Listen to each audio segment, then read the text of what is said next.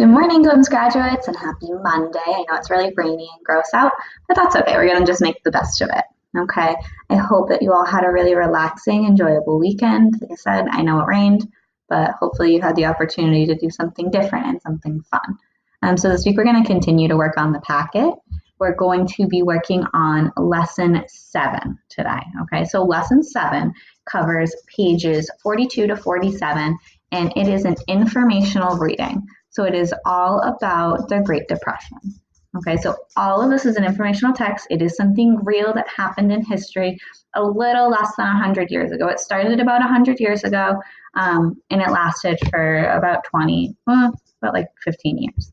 Okay, and personally, I love history, so this was something really exciting for me to read.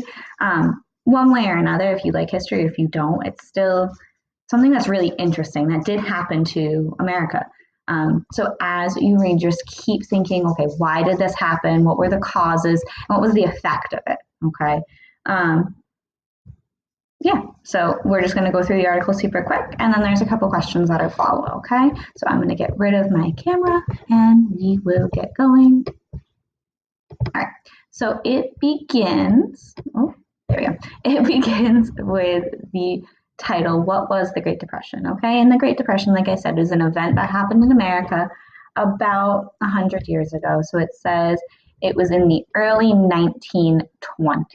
Okay, it talks about how during the Roaring Twenties, okay, there were people who really liked to spend their money, and they spent their money on things that they couldn't afford. So it says that they borrowed money, right? So they took money from banks, intending to pay it back, but they just never did. So to continue, factories were making more products, they were having more workers, but then eventually people stopped buying things, and these warehouses were full of things that no one wanted, right? So people started to lose their jobs. Because of people losing their jobs, let's move on to page 43, please. There's this thing called the stock market, which has stake in companies, okay? So people would buy the stock and hopefully they would make money by selling it at a different time. And then that thing crashed. So we hear about the stock market a lot. It crashed. Banks started to fail. So all those places that people had bought things from and borrowed the money from and everything that they were doing, those banks, they weren't there anymore. Okay, so about 10 years later, it was gone, and their money that they owed, they couldn't get it back. So this Great Depression caused, like it says over here, about 1.5 million Americans to lose their jobs. By 1933, 13 million people had lost their jobs. So these people didn't know what to do. They were begging on the streets. They were selling pencils. They were selling whatever they could.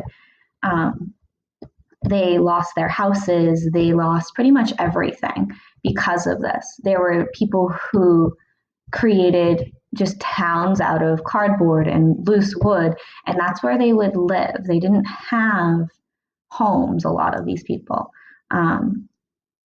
Like it says at the bottom, sometimes homeless people built shacks from old crates and scrap metal, so there's leftover metal. And these people really had nothing. So let's move on to page 44. It talks about how in some cities, long lines of people waiting for food were something that was really common. So you would see people waiting outside of these food pantries. So people would be giving away bread or fruit for families that couldn't afford to buy it. And people would line up for that, and sometimes they would run out. It says over here in 1931, charity groups in New York served about 85,000 free meals a day. So these people were really struggling, and the president started to improve the situation. They changed the way the banks worked. They helped people who needed it. They made new jobs, and luckily it started to turn around, but there were still 8 million people who didn't have jobs. It says that the Great Depression lasted for more than 10 years, and it didn't fix itself really until World War II. So if you remember in the beginning, it started right after World War I. People had a ton of money, they spent it. The Great Depression didn't end until World War II. almost 10 to 20 years later. And that's because they were making war supplies, so they needed jobs for people, and that's just kind of how it was fixed. So let's go down to these questions, okay? And the first, so these pages were printed out of order. So if you're looking, it should go 44, then 46, but we're actually going to go to 45, okay? So make sure you're on page 45 if you're following along. So this is a two-part question. It says, read the sentence from paragraph 1. It says, by the end of the 1920s, warehouses were filled up with merchandise that no one bought. So it's asking you, what does the word merchandise mean?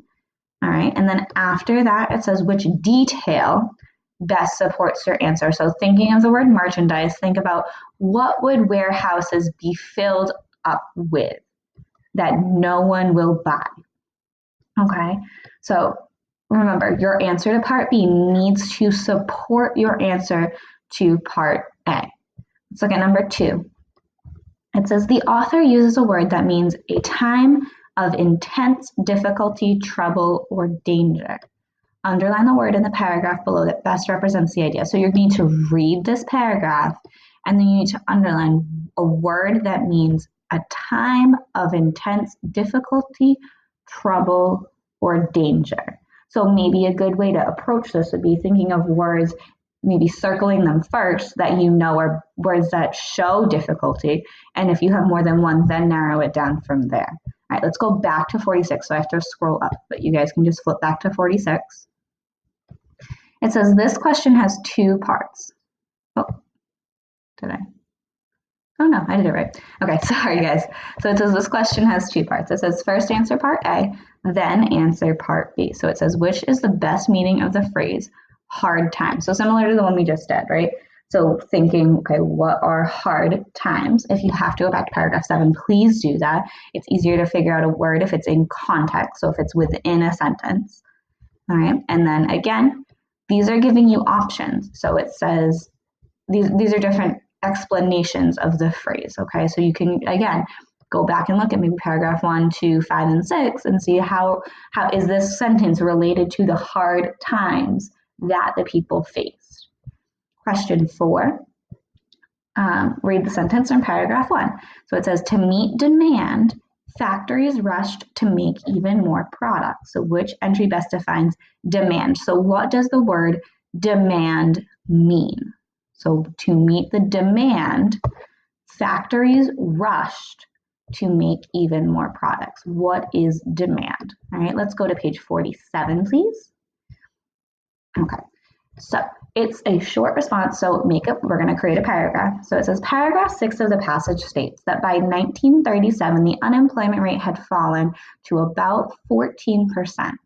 Define the phrase unemployment rate and support your definition with at least one context clue. So you need to give me an answer saying, okay, the phrase unemployment rate means, and whatever you believe it means.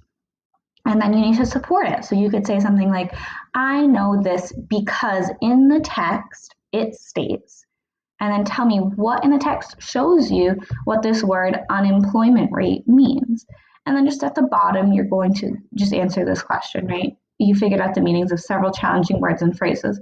Explain how you can use these skills. So why do we try to figure out words that we don't know? Why is that helpful to us, not just in this homework, but when we're at school or when we're in the world? If we don't know a word or a phrase, why should we figure it out?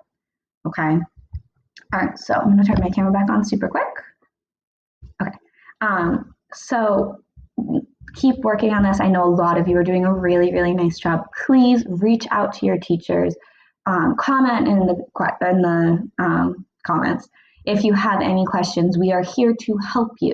So please, if you are struggling, if something is not clear, if you just want to say hi, okay? We miss you and we want to hear from you, okay? So if you have anything to say, if you have any questions, talk to your teachers or comment below, all right? And make sure you guys are subscribing so you get updates whenever we post, all right? Bye, guys. We really miss you.